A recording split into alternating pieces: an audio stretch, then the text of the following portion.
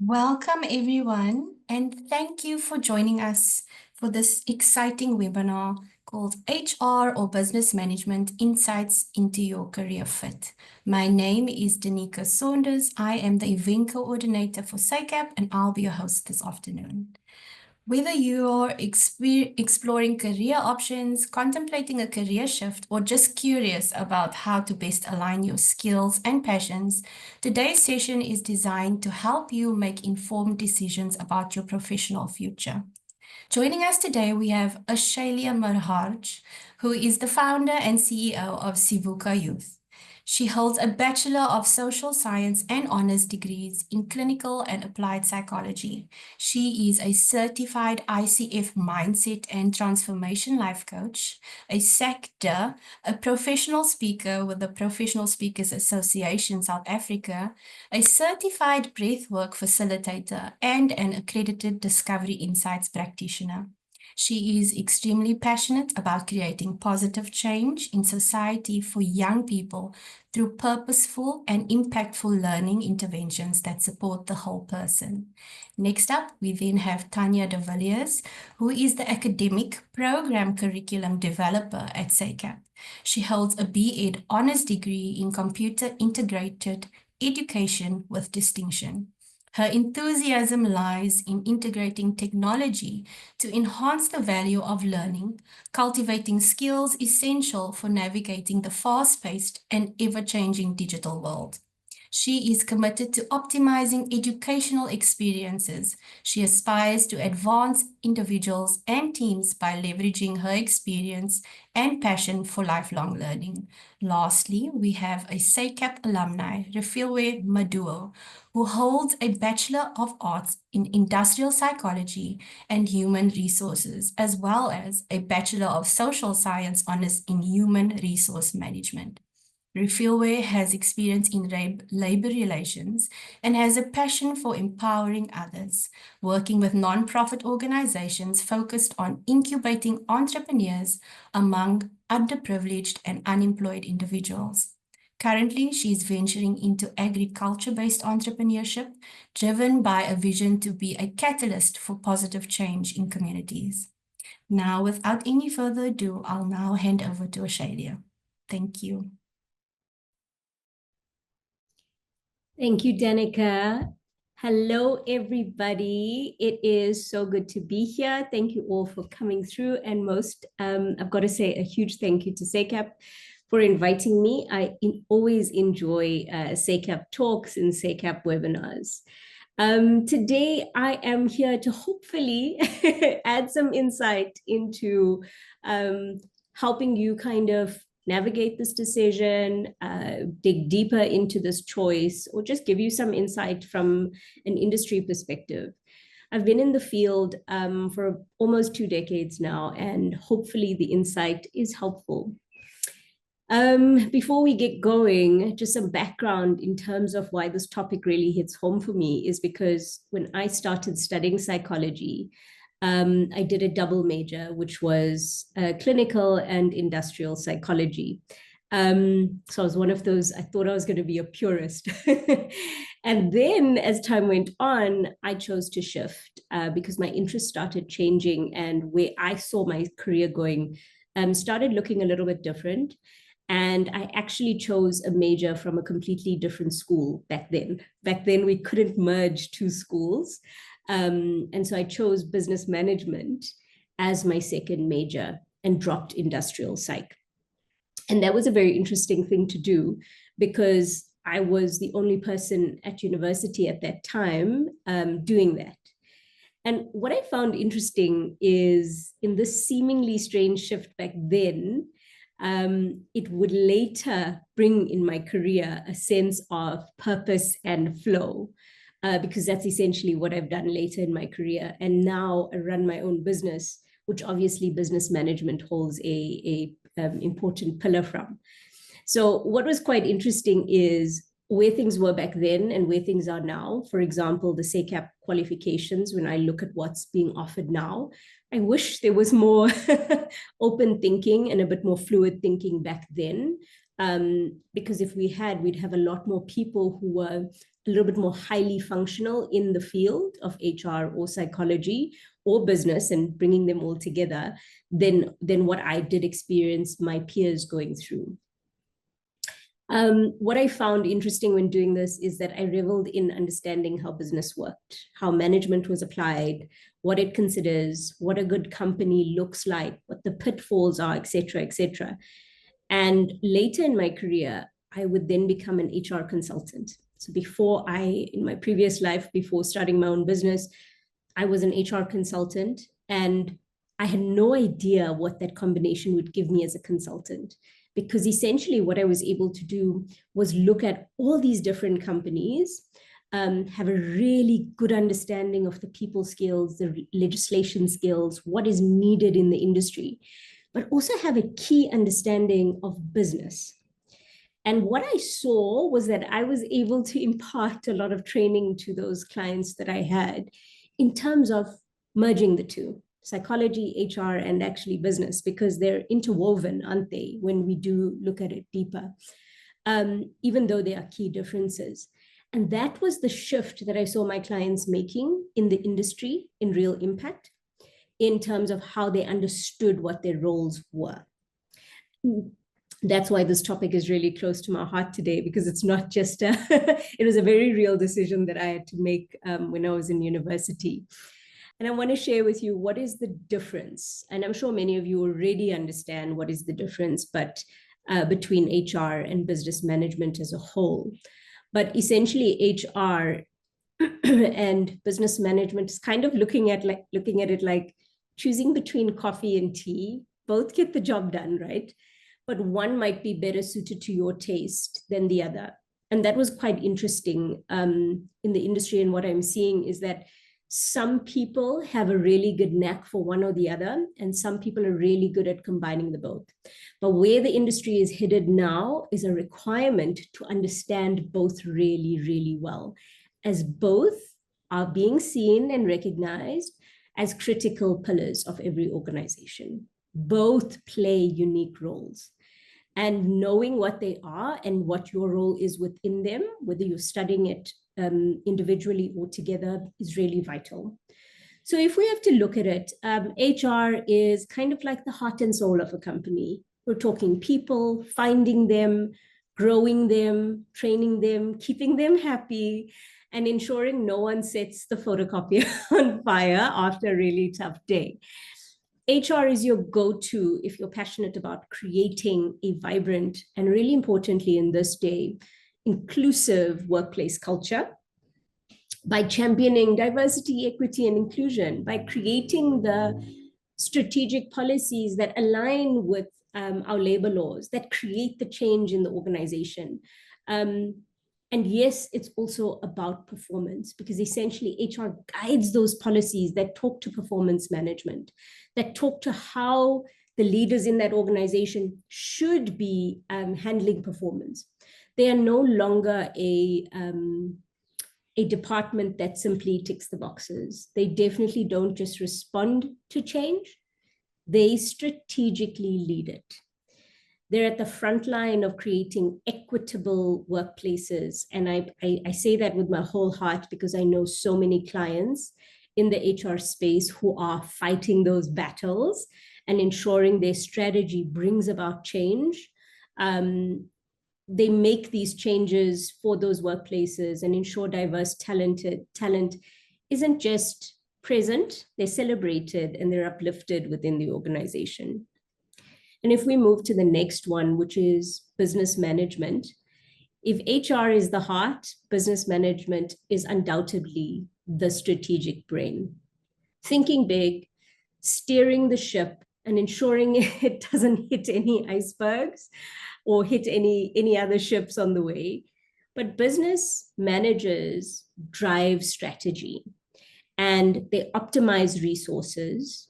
So they use their resources really well, and they focus on the movement of the ship.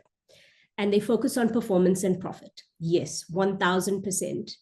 And so that might seem like they're worlds apart, but in actuality, they aren't.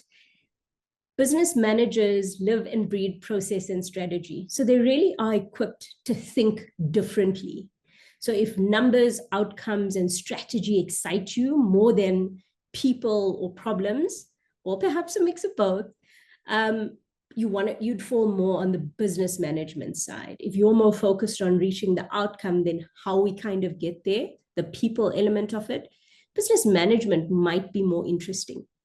Now, what is interesting is in my work, I've also experienced many managers and leaders lack HR knowledge and understanding. And they often come knocking on HR's door saying, please fix it. And a lot of the challenge that HR would find is, sure, I wish our leaders knew more about how to manage people better. Because when you're working with people, while your goal is leading the business to the profit and performance it needs, you're working with people, whole, beautiful human beings. And I have goosebumps as I say that, because I do feel like it's a prerequisite for many leaders in our country, in organizations and in the public sector, to have a solid understanding of HR and psychology, even at a base level, so they understand how they fit into these processes. Because these processes ultimately guide how we run our businesses, right? But bridging the gap between both of these, both HR and business management, is what I call the ultimate power couple. It's your Beyonce and Jay-Z of the world, right? It's where the magic really happens. And it's what I call strategic HR. Strategic HR is when we're both working together, right? It's not working in silos, which I have seen many organizations work within, where they're kind of working separately. HR is doing their thing, business leaders are doing their thing, and there's kind of this almost this war between the two to kind of get to the same point that they both want. They both want success of the organization. So what happens when HR and business management join forces? What I have seen and what the research shows is that organizations become truly unstoppable. The culture gets affected, the policies get affected, the leadership of people get affected, all positively. It becomes the place to work at when we are able to function in this way. And that is the ultimate future of HR or psychology in the workplace, or policy and legislation being affected in the workplace really well, is when we function as a strategic pillar of the organization. Now, when I work with clients, some really small, really small businesses, some a little bit larger, and some stretching to the larger corporates of our world, neither side of the spectrum was easy at all. And what I did see was two very distinct camps within HR. One was really well-meaning HR professionals really struggling because they don't speak the language of the business and feeling disgruntled that their processes are perhaps not acknowledged, their projects are not funded, and perhaps an overall inequality for HR when it comes to sitting at the boardroom table with the decision makers of the company. So them overall feeling this kind of lack of being seen as a pivotal catalyst in the organization for what they can do. So they weren't really being seen for what they could do, and they kind of felt like they're always knocking on the door of the CEO or the decision makers to kind of get a project running or get money in, and it kind of felt like a very frustrating task. Yeah. The second group are those that have their HR strategy executed like a seamless wave. It's kind of like it just keeps going. They just got it. They were true partners to the business. That's what I witnessed. Their language was different in that they understood the business. They had business acumen that was really high. They knew what the business wanted, how it runs, how their particular business ran. So they were true partners to the business. So for example, an HR manager in a retail company or an HR manager in the banking sector ran their HR strategy very differently and in line with their particular business, because they were really close to the business leaders of the organization and, the most important, the people. But they spoke the language of understanding business. They knew what to say and how to say it and how it needs to be heard. Because if you've got a business manager who is focused on profitability and focused on reaching his bottom lines, right? Or her bottom lines. And then you've got an HR manager saying, hey, I really want to do a survey to understand how the company is, like how are people feeling and how are they feeling about our policies and how we need to shift them. It's kind of like speaking Afrikaans while you're in France. It's kind of the same. They just can't hear you. No matter how loud you speak, no matter how many body gestures you use, the people in France just don't understand you because they don't speak the same language. Yeah. And that is those two camps that I saw and still see to this day. One of my mentors, Dr. Lucy Foss Price, always says, don't expect the business to understand HR. Expect yourself to understand the business. So this kind of dance between business management and HR, for me, are not so separate. Yes, they are in terms of the learnings that you have from each of them, because they're separate in their own right. But in the industry, they work together largely. And when we are able to translate HR into business strategy and business strategy into HR, that's the real art for me, in my experience and what I've seen. There's a beautiful quote that I want to share with you from The Art of War. And it says, to know your enemy, you must become your enemy. And I don't use enemy, again, like two battles happening or two enemies fighting at each other. But that is largely the experience when strategies are not aligned well. And that is my experience of seeing when people really struggle with their acumen, whether it's HR or business from the both camps, to deepen their knowledge of the other side. And when they do that, when they develop themselves, when they build their knowledge, they have compassion for the other side, they can speak their language. And when we all know, when you're going to a foreign country, if you're speaking their language, you're welcomed a lot more, aren't you? You know, you're welcomed a lot more. You get a smile or you get a nod, even if they don't understand you fully. There's a bit of respect for you trying to speak their language. So what I've noticed in the realm of HR and strategic HR specifically is that these leaders are able to present their business cases and help the leaders make better decisions in the language that they understand, which is performance and profit. And that makes their case irrefutable. I'm just going to give you a quick example. I had a client once that was trying to present a business case to the business for probably about 7 months. And every time I visited her, I said, how's it going? How are you winning? And it was a DEI initiative, so diversity and inclusion. She was trying to make it better for people of color within the organization. And she said, they're just not hearing me and I'm getting frustrated. It's like I'm banging my head on the wall. And she was quite smart. She also had a background very similar to mine with business and psychology. And she said, Ash, I'm going to try something. A week later, when I visited her, she said, I won. I said, what did you mean? She said, well, I didn't go to the boardroom. I didn't try to show them the numbers even. What I did was I waited for the CEO to go make coffee because I know he makes coffee at 7:10 every morning. So she literally sat out there with her little case study, and she just said, as he went to the coffee machine, she says, listen, I've got a really profitable thing that I think we could try. Could I have 5 minutes of your time this morning? And him drinking coffee, being in a good mood, he said, yeah, no problem, sure, come. And she got her project funded. It was just a slight shift of thinking, a slight shift of understanding. What is he going to respond to that's going to allow me to win my case? And that's what she did really well. And those are the champions of the world that we don't really see, the people who are really fighting on the front lines for those that are in benefit of what HR really stands for.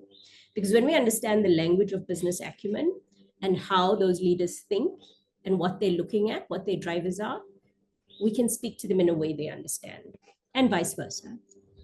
So saying all of that, I'm going to break it down in terms of how HR plays out in terms of the actual industry. Okay, so these roles span between all these beautiful areas: rewards, industrial relations, well-being, health and safety, talent development, leadership.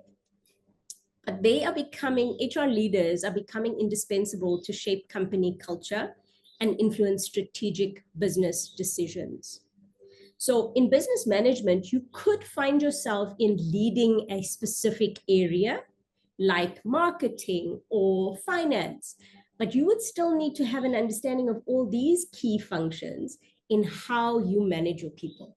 And what I've seen is the people who do that really well become better leaders. In fact, at higher levels of leadership within the industry, HR is really important to apply and be taught. It's actually a part of the management training that leaders have to go through. I find that really interesting that it's not done at the start. It should be, in my mind, done at the start. Increasingly, what I see within the recruitment space is that companies crave leaders and HR people with a blend of business acumen with genuine people skills. That hybrid is a high demand skill, and it's not often found. So we've got, as recruiters, lots of numbers in HR, but not enough with both business and HR. I'm just going to help you see what's in demand, right? And this is in terms of talent development, recruitment, and in specifically regards to HR, okay? There is a lack of current credentialed HR professionals. We're seeing a lot of volume, so a lot of people coming out with either psychology or HR, but very low volume that are qualified professionals, meaning they have an awareness of business acumen, they have an understanding of leadership and those pathways, and they have an awareness of the actual best practices of HR and to stay up to date with them in coming to the organization. So we're seeing lots of psychology students who are great, and they do qualify in the sense of having a degree, but a credentialed HR person would be much higher rated, in my view, in recruitment than it would be a stock standard psychology person. And that's because the HR student, if you've got psychology and let's say a top up of an HR certificate, for example, or a training course, and business acumen, you've basically got the triple threat, because you know how to work with people, you understand the legislations and the regulations of our country, which is what HR holds. And then you understand business acumen. That person is weighted higher in the industry than somebody with just either a singular undergraduate. There is a high demand across industries. With the advent of AI, with the advent of technology moving at the pace it is, our people are in high demand. They need people who know what they're doing and with morals like these, who are centered in them, that speak their language. Okay. There is a demand for transferable skills and capacity. So transferable skills and capacity, meaning things like emotional intelligence, that I can transfer from one job in one industry to another job in another industry. Okay. Because of the future world of work, companies are now looking for individuals who have base level skills, meaning I don't like saying soft skills. I like calling it our talented skills, because it's not really soft. It's actually the core skills that are really needed for the future world of work. But meaning I can transfer it to any job. Whether I'm in HR in a retail company or HR in a banking company, I can take those skills with me, okay? There is a high pace of evolution in the job market. Jobs are changing. Business strategy is changing very fast. So I work with a group of leaders that we're busy building their strategy out for the next 5 years. And currently, those amazing leaders of a really large organization kind of like, hey, what's next? They are trying their best to steer their ship for their future. And that is their job. That is their focus. Now, HR is not meant to necessarily support it, but it's meant to hold everything else together so they can reach that next step. So with that high pace of evolution, HR people are being leaned on so much more to understand the business as well. And by understanding the business and what HR needs to shift and change for the business to succeed, that is the focus. There is a high demand, as I've mentioned, for HR professionals who understand business strategy, and the other way, business managers who can lead and manage people effectively. So everybody, I've been talking about the future world of work and some future skills. And one of my favorite things to look at very consistently is the World Economic Forum's job report, Future of Jobs report. I look at this quite often because it does change and they do update it very accurately. In the past, probably 5 rounds of it. So every 5 years, they'll do another round of what the next set of skills are. They've been right on the mark in terms of what clients ask for recruitment, in terms of what my clients are training internally, and how they're developing their people internally. But what's very interesting about this, right, is if you look at this, these are the top 10. Now, if you look at this top 10, I want you to look at it, right? On the right is the little breakdown of where these different skills sit. So there's some problem solving, there's some self-management, working with others, and technology use. Okay. 8 out of 10 of these skills are sitting in those 3 areas, which is people skills.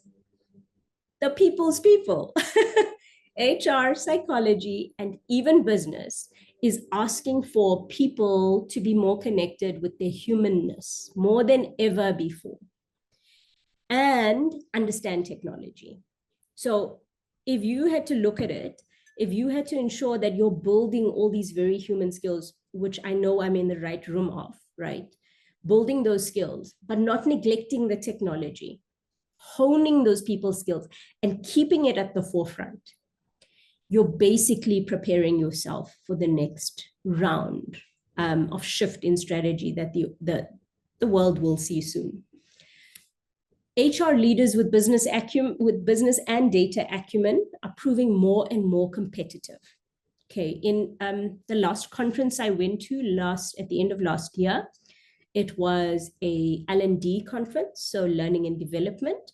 And one of the key areas that HR leaders were focusing on was actually their understanding of technology and how to use it within their departments so that they become competitive for the organization to succeed. If I remember correctly, it was a leader from Coca-Cola who, and I remember 3 years before that, she was starting out a project and she had shared the results of that project last year and they were beautiful.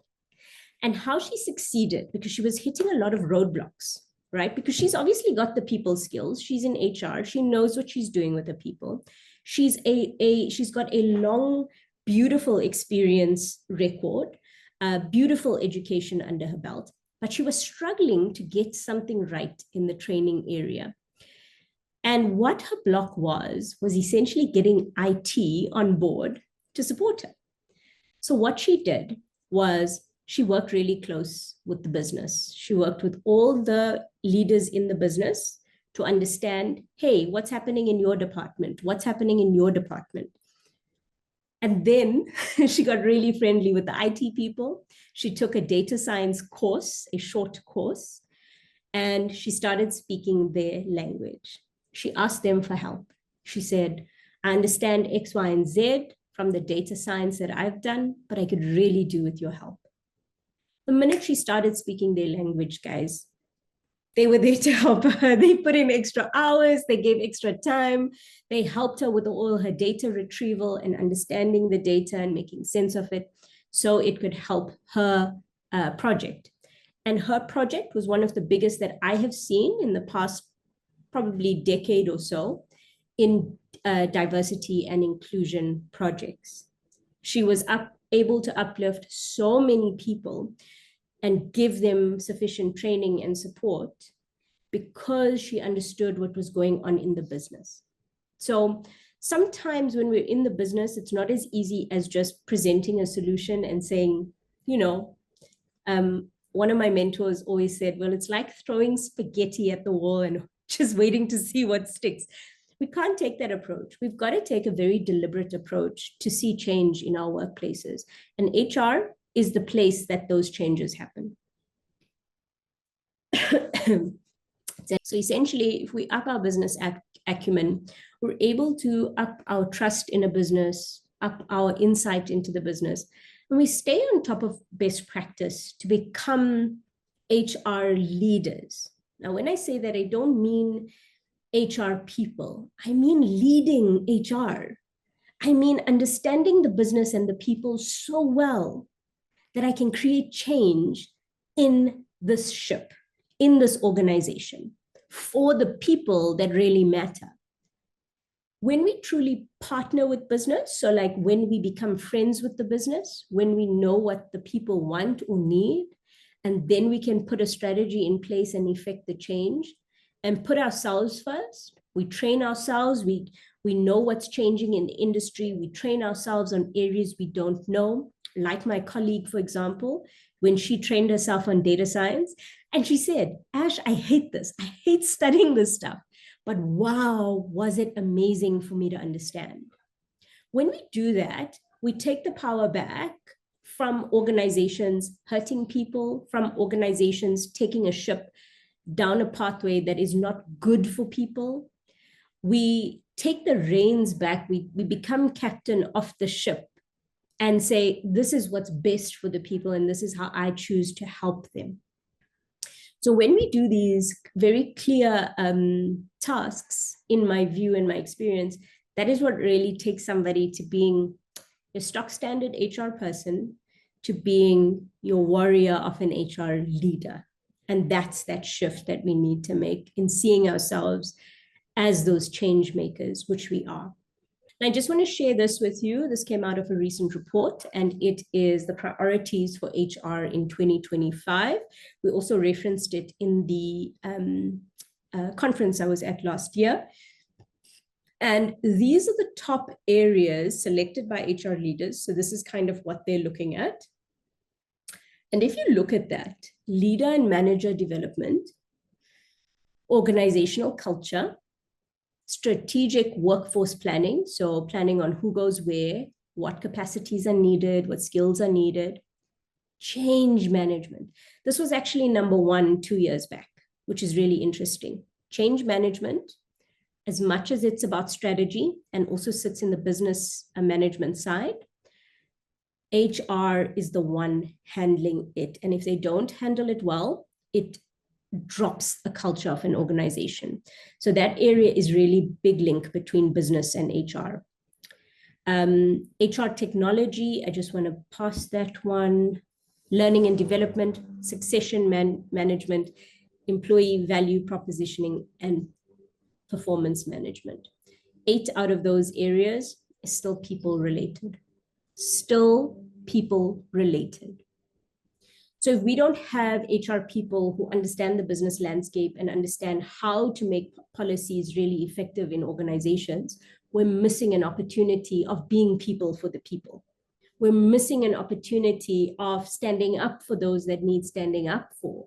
We miss an opportunity to change the culture of an organization and lead in that way because we're maybe not wanting to bring these two areas of business and HR or psychology together, which to me is a huge missed opportunity. So these are some of those priorities. And if you can see that, it absolutely sits on HR, psychology, and business management. Can't have one without the other for the future of HR. Now, Brene Brown says quite nicely, clear is kind, unclear is unkind. And so when amazing HR people provide clarity and intention by aligning their people strategies directly with the organization. So where does the ship want to go? How do we get the people there in the safest, most enabling, powerful manner? The only result is an amazing workforce and an amazing organization. I've seen it time and time again. I've seen when there's resistance to one or the other, that changes a little. So when a world is being shaped by change, which we're seeing right now, HR isn't just about managing people. It's definitely not. It's about supporting the people to get their jobs done really well. It's shaping the future of work itself. And so when I look at it, these are my heroes, and they're unsung heroes in the organizations that are really making it very real for people to do their jobs very well and joyfully and in an empowered way, to earn good money, to live well, to be treated with respect. And that's what HR does through all their policies and their different functions. They're not just simply, cheering the people on when they are strategic. Choosing to master both HR and business management places you in a uniquely, I don't even want to say unique, it places you in a very formidable position. It's a unique intersection where people meet strategy. And I have seen many people hit what we call the EQ threshold in the workplace. So they do really well at their job, but they just struggle with people, and they hit that threshold of growth and opportunity and wealth, right?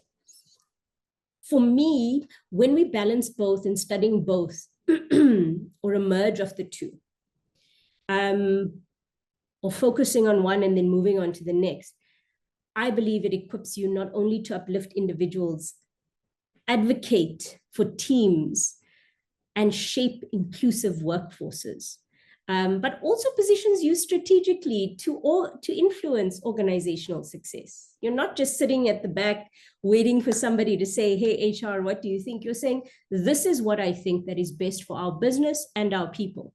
Because when you combine these very dynamic fields, because they are both dynamic in their own right, you become a powerful voice in the boardroom. And wow, do we need more of those?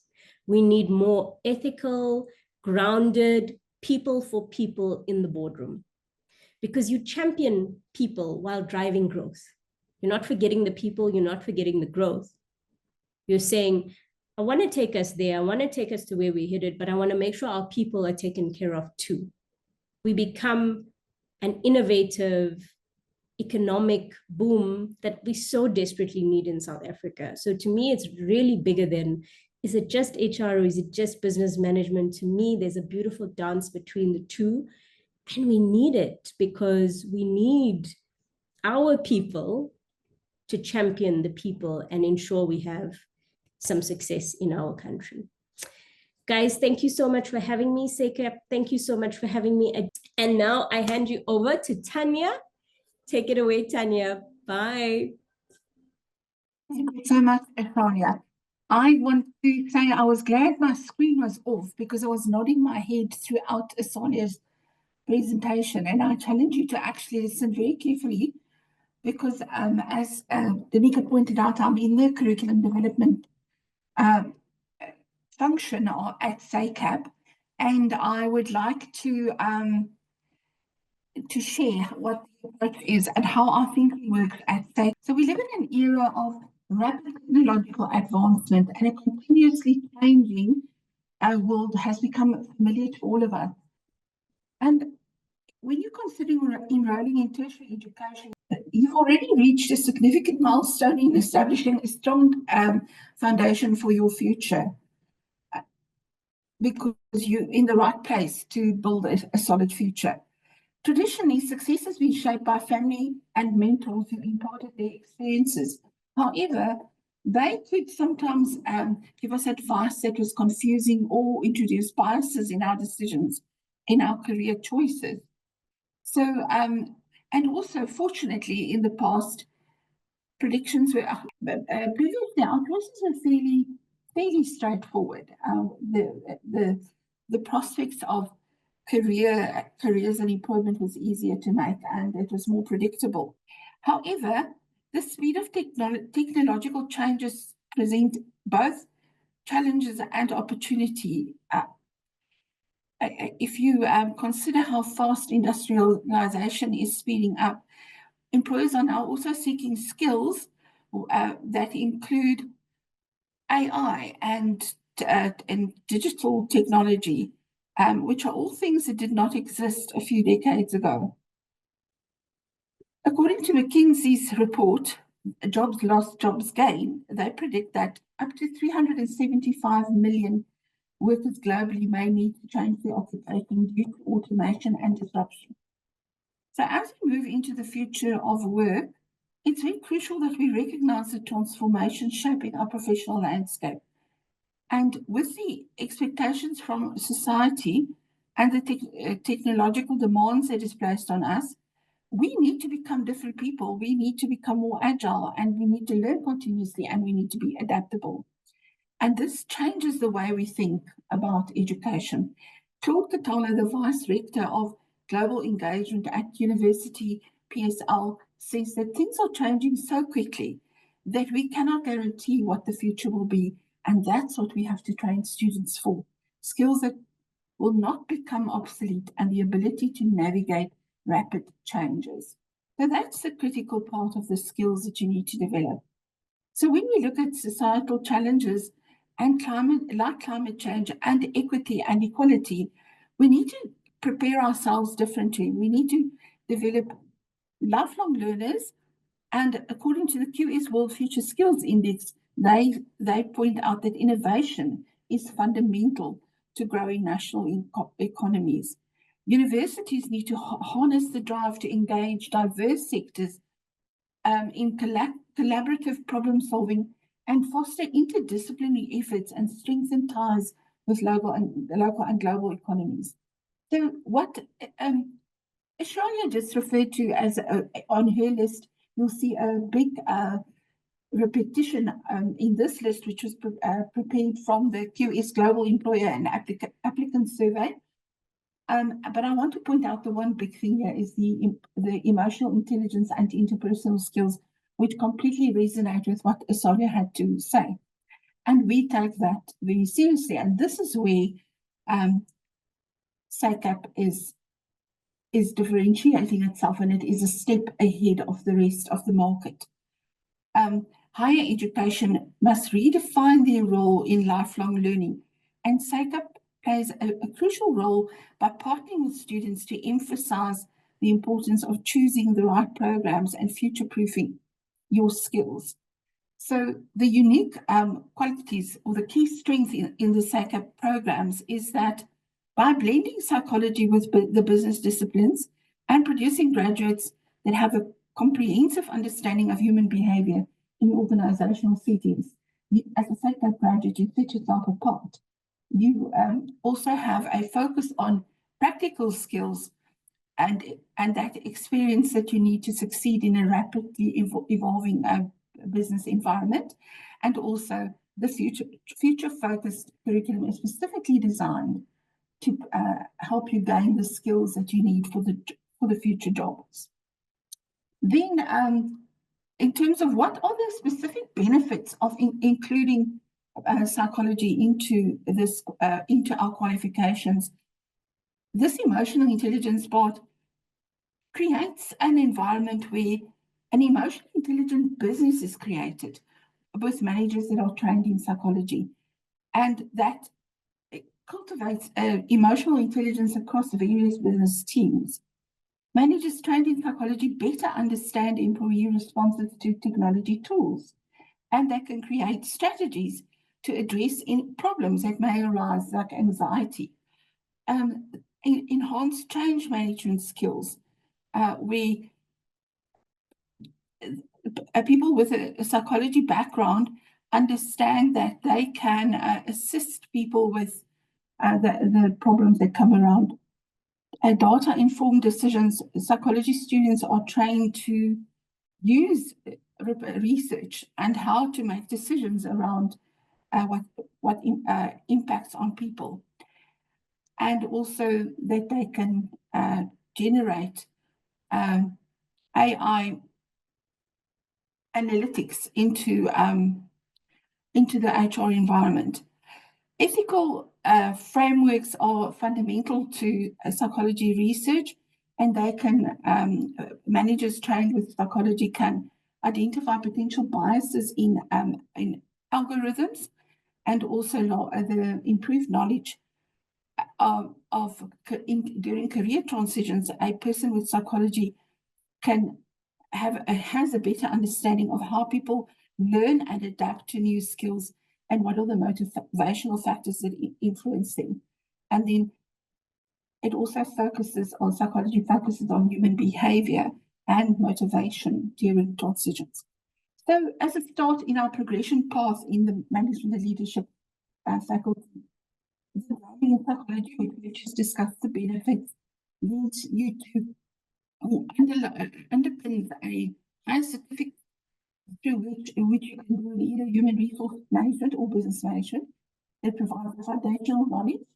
The bachelor's applied social science degree looks at applied social sciences and psychology, and the honours specialization is where you develop an in-depth study in specific areas of HR and business management.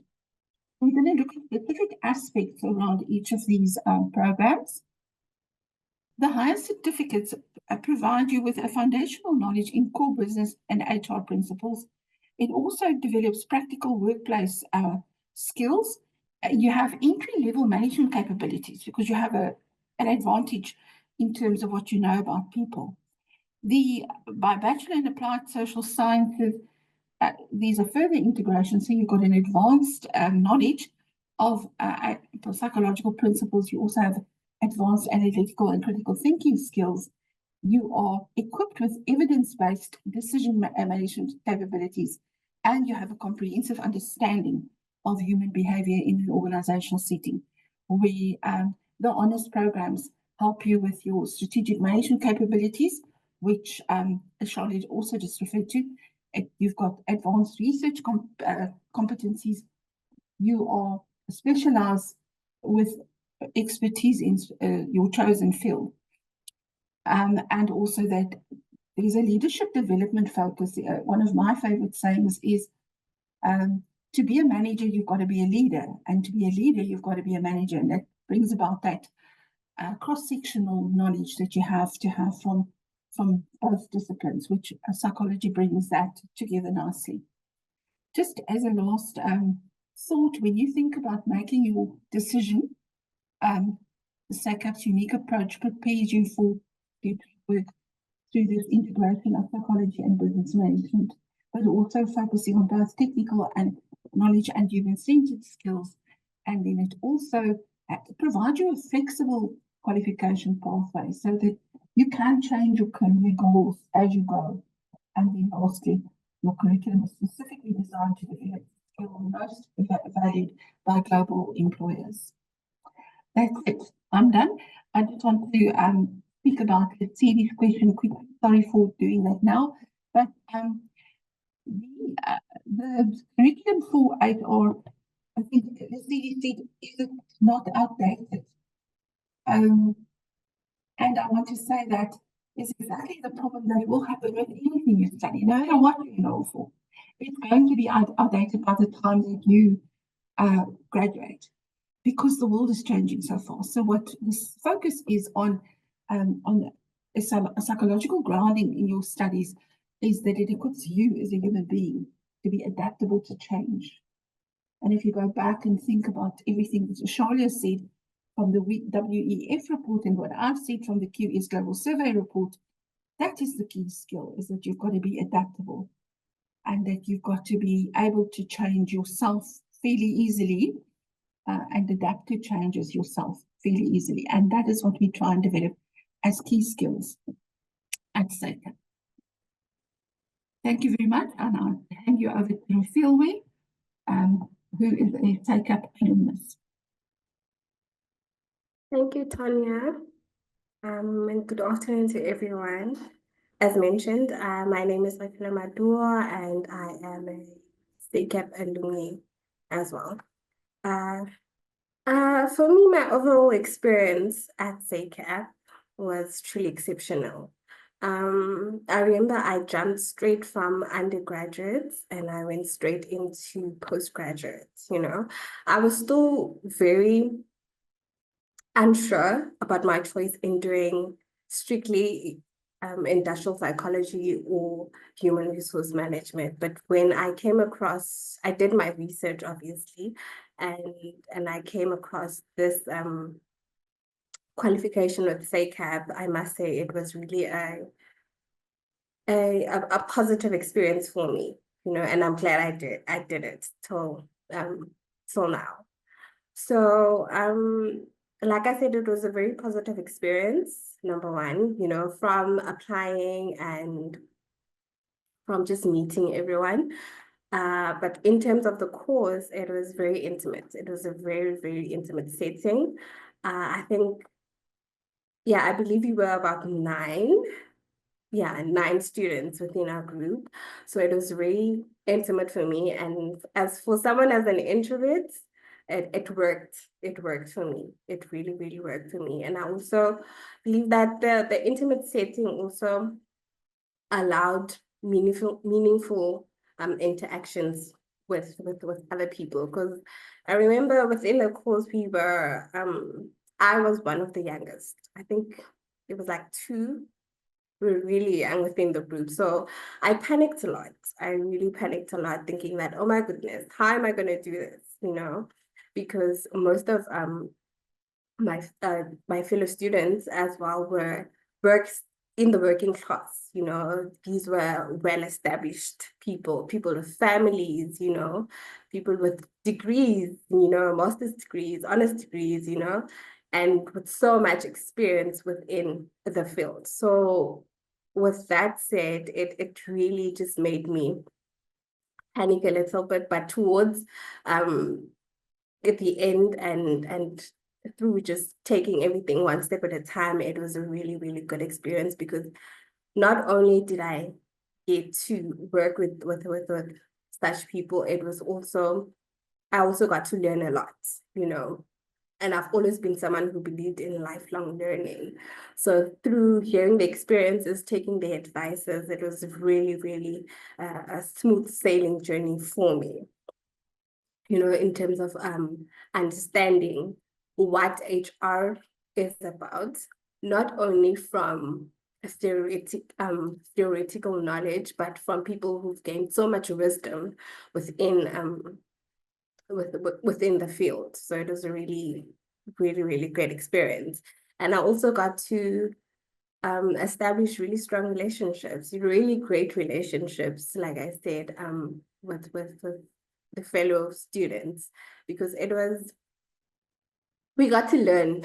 Let me just say that we got to learn a lot from the lecturers. We got to experience very positive relationship with the lecturers, as well as the students itself. Because I feel like what also made it very interesting for me was that everyone had a bit of everything, you know. Someone knew about legislation, someone knew about labor relations, someone knew about training and development, someone knew about the top-down approach, you know, and how to approach it and all that. So all the classes were really, really, really good. Were really good and very informative as well. And yes, we established a very supportive community. And I'm not only talking about the students and the lecturers, I'm also talking about management as a whole. There was a lady who was the program head. I believe her name was Tara. She made sure that everyone is okay. You know, she kept checking in. She kept on making sure that the students were happy, as the course was fairly new for all of us. So it was very much a a new experience for all of us, you know. So Tara make sure that everything was okay, you know. The course details that we needed to know, you know, she made sure that we knew that there was consistent communication, you know, where we felt like we were not quite sure about certain things, where there was uncertainty and all that. She really made sure. And then in terms of the lecturers, it was also very heartwarming, you know, because mostly I believe that as a university student, I think what we're mostly used to is just going to class, getting your work done, submitting, and that's it. But in terms of this experience for me, it is really top tier, mainly because of the small group, you know, lecturers could tell that, okay, the Refilwe was not in class, you know, so it was really an amazing experience. And then moving on to my thesis experience, that was also very lovely, mostly because I had a great supervisor from the get-go. That was also a great experience, mainly because he took us through step by step. I believe that one of his sayings where he would always ask us, how do you eat an elephant? You know, and he said, you eat it you eat it piece by piece. So that's how we tackled our thesis. I also had my group. It was 2 ladies. I think one was overseas and one was in Cape Town. We worked really well together. The thesis also brought so much light, you know, in terms of what we needed to know in terms of HR and all that. So that intimate setting also made, as well as the guidance and wisdom from our supervisor, just made it very smooth sailing. It was a lot of work, but with the mindset of eating the elephant piece by piece, I think towards the end we were really calm. Everything was really calm, and I think we completed our thesis, you know, waiting for the submission probably 2-3 weeks prior to the submission date, which was really amazing. Until this day, I still speak of Mr. Conroy freely, because I gained so much knowledge from him, you know, so much wisdom from him, and learned so much from him in terms of tackling things and just the thesis experience as a whole. Because I remember there was a time where we were so caught up in between whether to take a quantitative technique or a qualitative technique, you know. But to other students, apparently we opted for a much more difficult technique, but he really made everything so much easier for us. He guided us so much, and yeah, like through putting in your hard work as well, it was exceptional. And lastly, the graduation experience. That was, I think, throughout all of this, that's the highlight of this whole program, because graduation was actually a very positive experience. You know, it actually also motivated me once more to be able to want to continue my studies. You know, it wasn't the typical get on stage, get your certificate, get off, you know, take pictures, and that's that.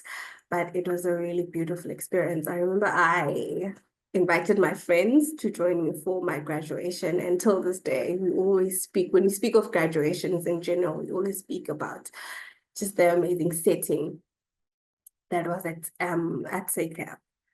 The speakers, you know, everyone was so invested, you know, in other students, and just the feeling of being acknowledged, you know, and celebrated with your close family and friends was really exceptional. The music, everything, the speakers, you know.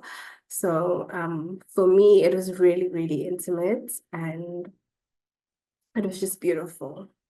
So in a nutshell, yeah, the course taught me a lot, you know, in terms of HR. You know, I got an in-depth understanding of what it is that I really wanted to venture into within the field, you know. I think one of our first questions were from Jonathan, spoke about morals and all that, you know. I believe that through this course, I got to learn so much more about and even through the modules, you know, ethics in terms of an HR practitioner, you know, the importance of inclusivity and diversity, you know, the importance of succession planning, you know, and like I took a lot from what Ashalia was saying and what from Tania was saying. It just brought back so many memories in terms of what I actually had learned in terms of the modules. So yeah, not only was I able to theoretically learn about HR, but it's also things that are within our daily lives, things that I do get to experience within my daily life, which was a really positive experience. And it's things that I'm able to take on even when I am furthering my studies. So yeah, in a nutshell, it was really, really, really a good experience. And if you are looking into venturing into HR, I believe that this is the course that would open up doors, yes, and just give you insight of what it is really about. Thank you. Thank you so much to our lovely speakers for today. We have come to the end of this webinar and it was absolutely phenomenal. We thank our speakers once again for sharing their insights. We also thank our attendees for joining us this afternoon. We appreciate it. Please do follow us on our various social media channels to stay up to date on upcoming events, program launches, and any updates to see the recording to this webinar. Thank you once again, and we hope you have a lovely afternoon further. Thank you so much.